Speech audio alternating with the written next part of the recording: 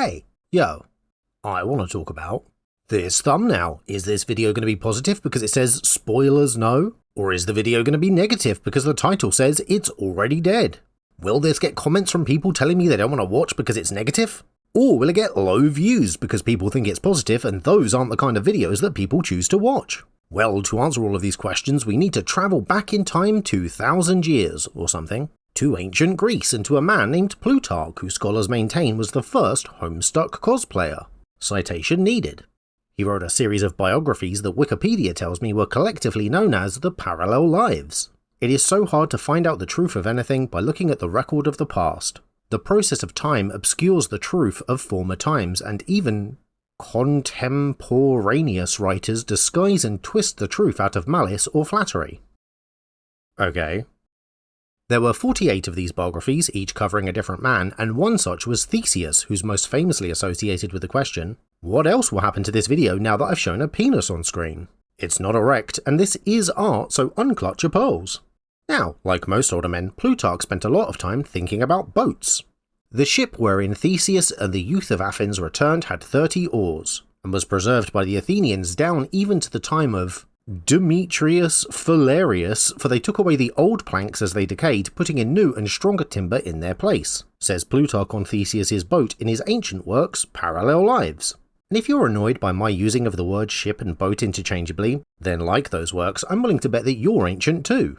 Here's another image of Theseus, he can't keep it in his pants. I bring all of this up because the ship of Theseus has led to a common philosophical thought experiment of the same name, best explained I feel by a white man, who says, the ship of Theseus is an artifact in a museum. Over time, its planks of wood rot and are replaced with new planks. When no original plank remains, is it still the ship of Theseus? I.e., if you take something and strip it of all that it is and replace those parts with new ones, is it still the same thing? If, hypothetically, a man had the same broom for 20 years but that broom had 17 new heads and 14 new handles, would it be comedic to award that man a medal for saving taxpayer money by maintaining said broom instead of having bought a replacement? Let's talk Magic the Gathering. It's a meme at this point how long people have been saying Magic is dead or words to that effect. The professor over at Tolarian Community College put out this video some years ago poking fun at that exact criticism. Link in the description below because A, it's a fun video, you should go watch it, but B, he's not wrong in his point that the game has survived in spite of the many controversies surrounding it over the years and will most likely continue to survive well into the future. However, this is where I believe our philosophical perspectives start to diverge. Philosophically, because whilst highlighting issues with Magic that players have bemoaned will be the game's end year after year after year, the one thing this video doesn't address is that those players are right. If in 1996 the introduction of the reserve list and the fact that Wood Elemental wasn't going to get reprinted created enough of a price barrier between you and that card, preventing you from completing your collection in this supposedly collectible card game, then yeah, I'd say it's fair for you to feel like that change had killed Magic for you. If in 1999 the introduction of the stack and other big rules changes was enough of a difference to the gameplay you loved that you no longer enjoyed playing, then yeah, I'd say it's fair for you to feel like that change had killed Magic for you. If in 2008 the introduction of Planeswalkers as a card type was enough to break your immersion and make you give up on the lore or walk away from the game entirely, then yeah, I'd say it's fair for you to feel like that change had killed Magic for you. This video is obviously a good-humoured joke, so I'm going to stop analysing it after this, but I'll say the one thing it does well is highlight that Magic is always in flux. But the video never stops to ask what Magic is. Now, I'm going to ask that question, but I won't answer it because I can't.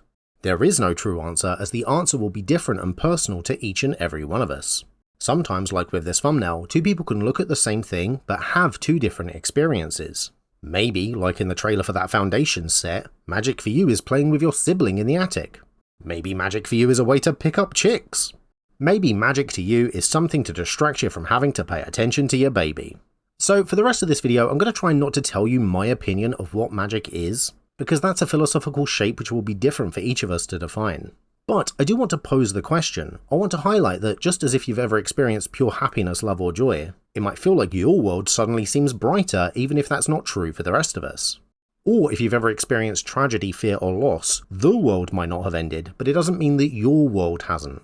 Life is relative and not all of our lived experiences are shared, and that's true even within Magic. Thanks to the various formats, that's true even structurally, as not all players are playing the same game or having the same experiences. A new card might ruin one format but have absolutely no impact on another. Two people might both consider themselves to be Magic players, but those players might have never even played the same game that the other one has. There is no true Magic the Gathering, it is all Magic the Gathering. So I won't tell you what I think Magic is here, but I do want to talk about some potential aspects of the game which might be core to your enjoyment of it. I'm not going to bullet point them like any good YouTuber should, because firstly, as I say, these examples are not universal, so that would be disingenuous. And secondly, you can't really break a whole like Magic down into succinct and separate parts for this kind of analysis like that. Instead, I'm going to talk about some vague and nebulous concepts that are intrinsically webbed together to create the Magic experience as a whole. In essence, I'm saying if you would break Magic down into different categories than I'm about to, that's fine. And if you feel the need to argue any specific point I'm about to make, then I feel you're missing the forest for the trees. Also, I'm going to heavily rely on a metaphor. I'll be honest, it's clumsy, but I thought it would be visually interesting, so I hope you can forgive it. This is the card Final Punishment. It was first printed in Scourge back in 2003 and then updated to the new frame in 2005's 9th edition. And while due to that I already feel like this card's a good example for the point I'm making, I mostly picked it for the art. It's dark, it's not in a style that you see much of in Magic anymore, and I think the T-pose gentleman being tortured serves as a good metaphorical stand-in for Magic as a game currently. Is it still subtext if I do that, or am I being gauche? And hey, let's zoom back out for a minute. Sorry if the art makes you uncomfortable, but at least he's got more clothes on than Theseus. Let's start with us, the players, and over the years I would say that the player base has changed. That's not a value statement, and I'm not saying it's a good or a bad thing. I'm just saying that I think as Magic has grown, the type of person the average Magic player has shifted. Back to our metaphor, and while that's not a direct change to the game of Magic itself, I'd say it's fair to represent it as a change in the background, because the gathering aspect is a big part of Magic, and a change in who gathers is still something that will have an impact on your play experience. I'm pretty left-leaning, so please don't consider this observation an invitation to be hateful or weird in my comments. Now, for the game itself, one of the core pillars of what attracted many of those players to Magic in the first place was the tone. I've said it in previous videos, and I made reference to it when I introduced Final Punishment. But the art used to be gnarly, look at that. Also, in recent years, Magic's art direction has moved away from distinct styles between sets. Previously, sometimes you could even spot which plane was being represented purely by the art style. Lorwyn better still look like this when we return there, also help me God. But now everything has become a bit more uniform. For instance, all three of these cards are not just from different sets, but also different planes. And these changes, not just in Magic's art direction but overall aesthetic representation, are something the player base has started to pick up on. So back to our metaphor, and let's say this change in tone, which is such a big part of why Magic was so eye-catching to begin with, is a bit like swapping out a leg, represented here by a high-top sneaker wearing one from Duskmourn. For the other leg, let's talk about price. In my very first video on this channel, God look how young I was, I said that for me, draft boosters of the Lost Caverns of Ixalan were £4.99. Now, if we compare that to the price of a Final Fantasy play booster, which is the current set, those prices for me are $6.99. That is a 40% increase in about a year and a half. I said of Ixalan that a draft booster box was £124.50, contained 36 packs, which is about £3.46 per pack, or 24p per card. Final Fantasy play booster boxes are £189.95, contain 30 packs, which is £6.64 per pack or 46p per card. That's nearly double the price. So let's go back to our metaphor, because regardless of the reason or whether you think price hikes are good or bad for the game, that price change happened quickly, is huge, and I feel best represented by swapping that other leg out with a big old $sign.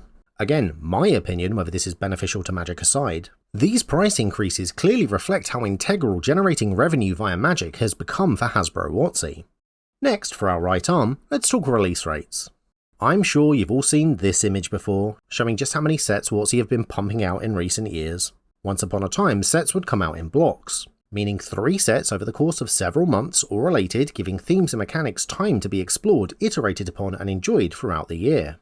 Yes, I know WotC staff are on record as saying blocks had issues, but if you actually listen to what they say, we got tired of some of those worlds by the 3rd set, some of those 2nd and 3rd sets were pretty rough, there were probably more 2nd or 3rd sets in the block era that were mediocre to not great. You'll realise that those are not issues with blocks, those are issues with bad sets. An issue that, points to Murders at Karlov Manor as a prime example, still persists even though blocks are gone. Now players are exposed to the whiplash of flying from plane, to plane, to plane without being given much time to savour or become invested in any one setting before spoilers begin for the next. Points to the 1 month gap between Bloomburrow and Duskmourn as a prime example. And I've not even mentioned all the supplemental sets or secret layers coming out between those releases too. In fact, I'd argue all these extra products has meant each set has had less development time, points to what Mark Rosewater said about Thunder Junction as a prime example. So if anything, I'd say the issue of mediocre to not great releases has only increased. But talking about the release rate has brought out my biases, and I was trying to be impartial and point out only the changes, so for now I'll say, in 2025 alone we're getting 6 full standard legal sets. That's 2 more than previous years. Not even factoring in any additional products, that's still a lot. So back to our metaphor, and I think we could replace the arm of magic that was a slower release rate and block sets with this year's calendar to reflect how things are done now. Our left arm is an easy one. I've talked about Universes Beyond a lot lately, so I won't bang on about it here. Go check this video if you'd like to know more of my thoughts. But any which way, I think it's safe to say that introducing cards featuring external IPs into Magic has been controversial at best, and has resulted in a significant departure from Magic's original high fantasy focused lore and flavour. So back to our man, and as we swap that arm out, I want to remind you that none of this is a value judgment on the changes themselves, more just a visual representation that the changes have happened. Regardless of whether for good or ill in your eyes, the game is not as it was. Speaking of, once upon a time, Standard was the gateway into Magic, not just for new players, but also new cards from a design perspective. The reason other formats are so popular is because they take cards that are either no longer legal in Standard and find homes for them where they could continue to be playable, try to recapture a sense of what it was like to be playing Magic during a certain period of time, or just take cards and introduce restrictions that would force you to use them in new and interesting ways. Commander is the premier 4-player example of this, and I think it's undeniable exactly how much of an impact that format has had on the rest of the game. Especially Standard. The majority of precons are for Commander, meaning it's the way that most newcomers will be onboarded to Magic. Sets designed for other formats have been criticised for feeling like they were jammed with cards not designed for said formats, but for Commander instead. And the number of legendary creatures in standard legal sets has exploded, which will have an impact on gameplay. All of this is seemingly as a result of the popularity of Commander. WotC's focus on Commander is so all-encompassing that many sets that would have once been for Standard alone are now legal in all formats, *. Even the community-run Commander Rules Committee has given control of the format over to Wizards of the Coast, *. And while there are many other factors which I won't go into here at play in those last 2 points that I mentioned, hence the *, I think it would be disingenuous to say that Commander's popularity didn't play a huge part in the outcome of those situations. Commander has caused a big enough splash to rock all boats. Okay, well maybe not that one. But back to our metaphor, and if Commander now really is at the head of Magic, I can think of no better head to replace the old one than with that of founder of WotC's new Commander format panel, Gavin Verhey. And lastly, I want to talk about the body of Magic, best represented, I think, by booster fun. I'm talking about the current design philosophy that goes into making a Magic product. While it's true that previously Standard was the premier format, when boosters were designed, they were designed for draft. The contents of a booster pack contained 15 cards with 1 rare or 1 mythic rare. However, WotC changed their design philosophy in 2019 with F.I.R.E design, which stood for fun, inviting, replayable, exciting, and resulted in infamous cards such as Oko and Ikoria's Companions. WotC then started producing set boosters which had 12 cards, weren't draftable, but were more expensive. This was justified as set boosters had a small chance at containing additional rares, with I thought the implication being that these boosters were more expensive as they were a gamble for rarer cards that could be sold for a higher profit on the secondary market. Someone should regulate Magic. Additionally, Chase all art treatments and variants of cards were stripped from draft boosters and were now being exclusively included in the much more expensive collector booster. All of which seemingly in an effort to undermine the sales of draft boosters, which ultimately succeeded as low sales was the reason given that draft boosters needed to be discontinued. Set boosters were then rebranded as play boosters, given an additional 2 cards so they were draftable, 14 in total, which was comparable to the 15 of draft boosters. The chance of extra rares in packs was kept that head designer Mark Rosewater acknowledged would change the way the game is both designed and played, but for these new play boosters the higher set booster price was retained, and the price of entry into Magic the Gathering was forever raised. And then they lowered the number of packs per box. And that's in addition to them literally just raising the prices. But that's not really what I'm here to talk about right now. So back to our metaphor, and the point I'm making is the means of which you actually interact with the main body of this game, the booster, has undergone significant changes in terms of quality, price, design, number of packs per box, and even number of cards per pack. So when looking at how Magic the Gathering has changed in almost its entirety over the years, you could be forgiven for saying the game is almost unrecognizable in comparison to where it started. I think the question, is Magic dead, is a valid one. Because if any of these changes, even ones I didn't list, killed your passion for the game, then the answer is yes. And I could have listed other changes, like how the marketing approach has shifted from cool cinematics aimed at players invested in the lore, to just using popular external IPs in the hopes of attracting tourist players, or limited run marketing gimmicks in the hope of attracting speculators. I could have mentioned how the idea of collecting all of the cards has become an insane undertaking considering all of the art variants, non-stop releases, and additional products like Secret Lairs. I could have mentioned how rotation has been forced into every format via constant and I believe intentional power creep. If the man in Final Punishment had more parts to swap, I'd have included those points here too. So I guess be glad it wasn't Theseus up there after all, if you catch my drift. And speaking of Theseus, I'm reminded once again of his ship. If all of the parts of Magic are changed, perhaps for the better due to rot, is it still the same ship? Game, boat, whatever. And to echo a question once asked of a white man who was talking to himself, if those removed planks are restored and reassembled free of the rot, is that the ship of Theseus? Because if you think that Magic isn't dead or that question isn't worth asking, and you feel the need to roll your eyes when someone expresses that sentiment, then I'd like to point to all of the discarded, forgotten, or buried parts of Magic and ask you to explain why there's enough of them to seemingly be able to reconstruct the former Magic in its entirety. Change isn't bad, that's not the point I'm making. But it is change, you can't deny that.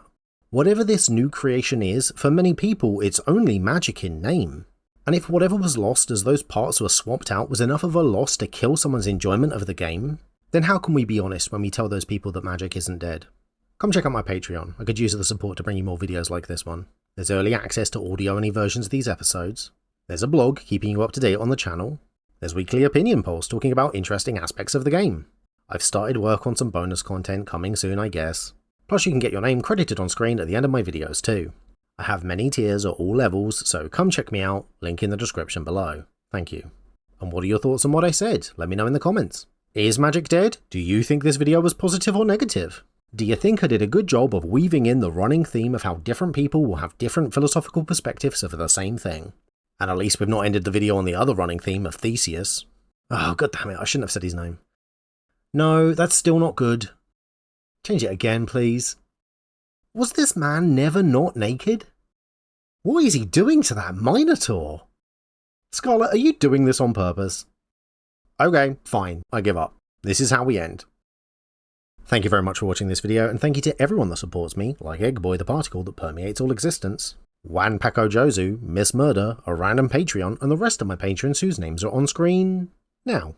I'd also like to thank the sponsor for this video, me and my Patreon page, where you can get your name credited on screen too. Check it out in the link in the description below. Hit the like button, leave a comment, install an adblock, and most importantly subscribe and share this video with a friend. Hit the notification bell and do all those things the algorithm loves. If you agree or disagree with any of my points, or you want to see me do a video on another subject, let me know and I will see you next time. Link in the description below because A, it's a fun video, you should go watch it, but B, he's not wrong in his point that the game has survived in spite of the many controversies surrounding it over the years and will most likely continue to survive well into the future.